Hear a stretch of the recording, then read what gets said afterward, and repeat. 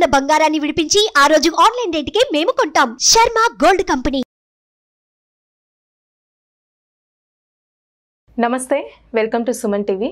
నేను మీ యామ్ని. ప్రస్తుతం మనతో ఉన్నారు ప్రముఖ ఆధ్యాత్మికవేత్త, ప్రముఖ జ్యోతిష వాస్తు పండితులు సుభాష్ శర్మ గారు ఉన్నారు. వారితో మాట్లాడదాం. నమస్కారం గురుగారు. శ్రీమాత్రేనమ్మ. గురుగారు, ఇప్పుడు ఈ నెల మనకి మాఘ పౌర్ణమి ఉంది కాబట్టి పౌర్ణమి అయిపోయిన తర్వాత అసలు ఏ రాశుల వారికి బాగుంటుందండి? తప్పకుండా తెలియజేస్తానమ్మా. ముందుగా ప్రేక్షకులందరికీ శ్రీమాత్రే నమః, శ్రీ గురుభ్యో నమః.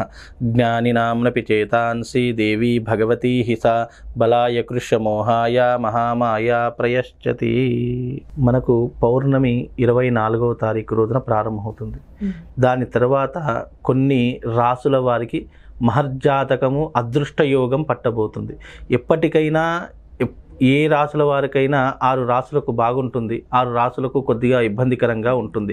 అది జాతకం యొక్క లక్షణం. ఎందుకంటే 12 రాసుల వారికి 12 ఈ యొక్క 9 గ్రహాలకు ఏవైతే ఉన్నాయో అన్నిటికీ ఒకేసారి బాగుండడం అనేది ఇప్పటిలో జరిగేటటువంటి అవకాశం లేదు. కానీ ఇప్పుడున్నటువంటి ఈ మాఘ పౌర్ణమి తర్వాత 6 రాసుల వారికి మహర్జాతకం పట్టబోతుంది.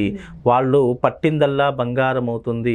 అదృష్టము అనేటటువంటిది వాళ్ళ జీవితంలో ప్రారంభమయ్యేటటువంటి రోజు ఈ మాఘ పౌర్ణమి. 24 గడిచింది, 25లోకి అడుగు పెట్టారు అంటే వాళ్ళ యొక్క దశ దిశ రెండూ కూడా మారబోయేటటువంటి మహర్జాతకము 6 రాసుల వారికి పట్టబోతుంది.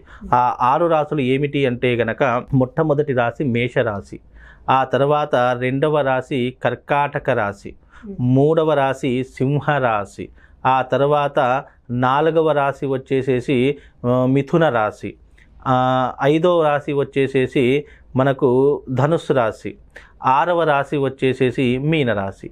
ఈ రాసుల వారికి మహర్జాతకము చాలా మంచి ఫలితాలు, అదృష్ట యోగాలు, బిజినెస్లో కానీ వ్యాపార రంగంలో కానీ మంచి రాణించేటటువంటి అవకాశము, లావాదేవీల విషయంలో కానీ ఆర్థికపరమైనటువంటి వ్యవహారాదులలో కానీ మహర్జాతకము అదృష్టయోగం అనేటటువంటిది వీళ్లకు 25వ తారీఖు నుండి ప్రారంభమయ్యేటటువంటి యోగము వీళ్ళ జాతకంలో కనిపిస్తుంది. అంటే ఇన్ని రోజులు పడుతున్నటువంటి కష్టాలకు, ఇన్ని రోజులు పడుతున్నటువంటి బాధలకు చెక్ పెట్టేటటువంటి సమయము ఈ ఫిబ్రవరి 25వ తారీఖు రోజున ప్రారంభమవుతుంది.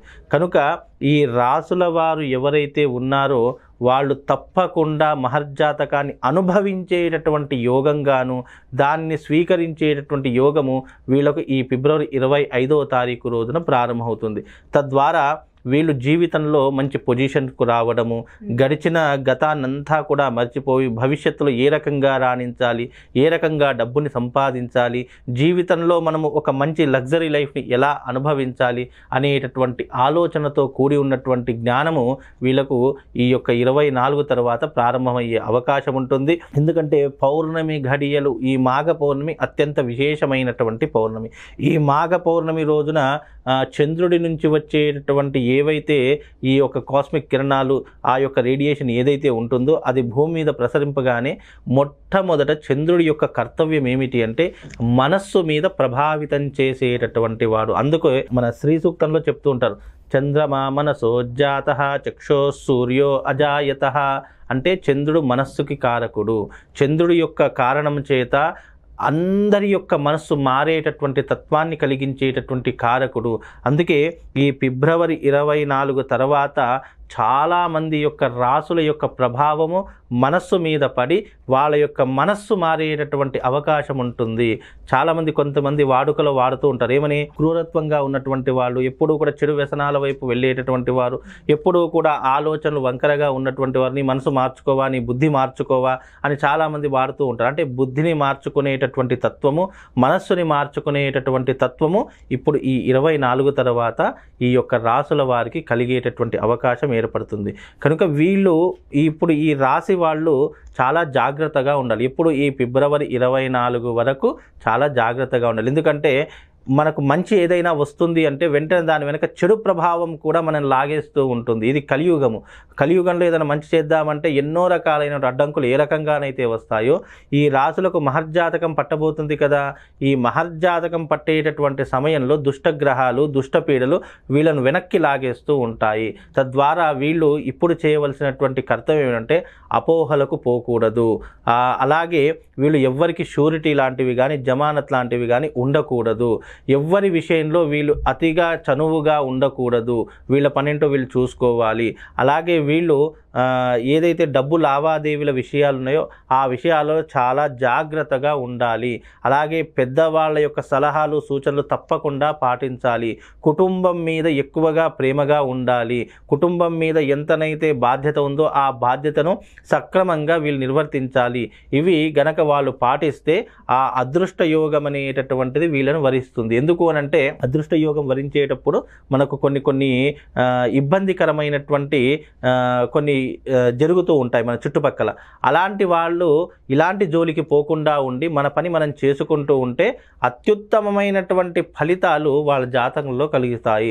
కనుక ఈ 6 రాసుల వారికి ఈ పౌర్ణమి తర్వాత మహర్జాతకము అదృష్ట యోగం పడుతుంది. ఎందుకంటే మానవులు ఆచరించేటటువంటి ధర్మబద్ధమైనటువంటి ఏవి ఉన్నాయో అవి ఆచరించాలి. దైవారాధన చేసుకోవడము, దేవాలయాలకు వెళ్ళడము. ఇప్పుడు ఈ రాశి వాళ్ళు ఇప్పటి నుంచే ప్రయత్నం చేస్తే దీని యొక్క ప్రతిఫలము 24 తర్వాత వీళ్ళకు వరించేటటువంటి అవకాశం ఏర్పడుతుందమ్మా. అలానే గురుగారు, ఇప్పుడు బాలైన రాశుల వారు ఉంటారు కదండి, వాళ్ళు ఎలాంటి జాగ్రత్తలు తీసుకోవాలి? అయితే మిగిలిన 6 రాశులలో ఉన్నటువంటి వాళ్ళు ఇప్పుడు ఇది మాఘమాసం కాబట్టి, ఇది శ్యామలా నవరాత్రులకు సంబంధించినటువంటి మాసం కాబట్టి రాజశ్యామల అమ్మవారి యొక్క యాగం చేసుకుంటే అద్భుతమైనటువంటి ఫలితాలు వాళ్ళ జీవితంలో ఉంటాయి. అది ఎప్పుడు చేసుకోవాలి? పౌర్ణమి, మాఘ పౌర్ణమి రాజశ్యామల అమ్మవారికి చాలా ప్రీతికరమైనటువంటిది, చాలా ఇష్టమైనటువంటిది.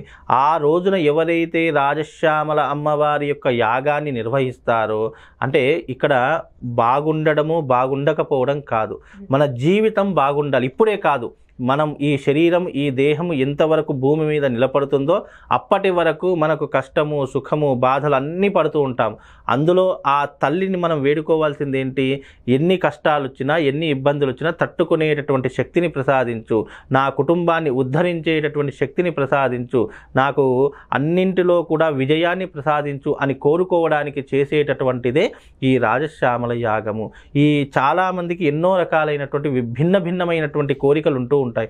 అలాంటి భిన్నమైనటువంటి కోరికలు, ఎలాంటి కోరికనైనా సరే వెంటనే తీర్చేటటువంటి శక్తి సామర్థ్యాలు ఆ అమ్మవారు మనకు ప్రసాదిస్తుంది. కనుక ఆ తల్లిని పూజించడానికి కొన్ని జీవితంలో కొన్ని అదృష్టమైనటువంటి యోగములు, తిథి వార నక్షత్ర ముహూర్త యోగ కరణాలు ఇవన్నీ కూడుకొని వస్తాయి కదా.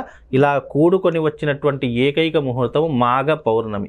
ఈ మాఘ పౌర్ణమి రోజున ఎవరైతే రాజశ్యామల యాగాన్ని ఆచరిస్తారో వాళ్లకు అఖండ ఐశ్వర్యము, అఖండ పదవులు, ఎన్నో రకాలైనటువంటి సిరి సంపదలు, ప్రజల్ని శాసించేటటువంటి శక్తి సామర్థ్యాలు, అలాగే దేన్నైనా కంట్రోల్ చేసేటటువంటి విధానాలు ఈ యొక్క మాఘ పౌర్ణమిలో ఏర్పడడం జరిగింది. కనుక ఆ రోజున వీలైతే ఈ కేవలం 6 రాసులనే కాదు, అంటే పరిహారం కూడా అమ్మవారిదే చేసుకోవాలంటే వీళ్ళు తప్పకుండా అమ్మవారే ఈ మాఘమాసానికి అధిష్టానమైనటువంటి దేవత.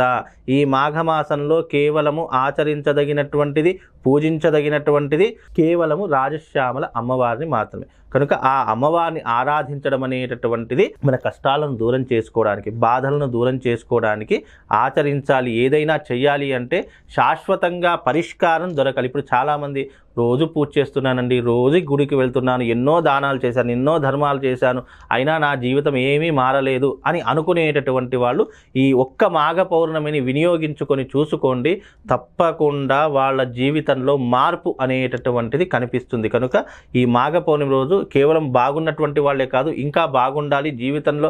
ఇప్పుడు బాగుంటుంది కదా అని చెప్పేసి మనం నిమ్మకు నీరెత్తకుండా ఉన్నామనుకోండి, రేపటి రోజు కష్టాలు రాకుండా ఉంటాయా?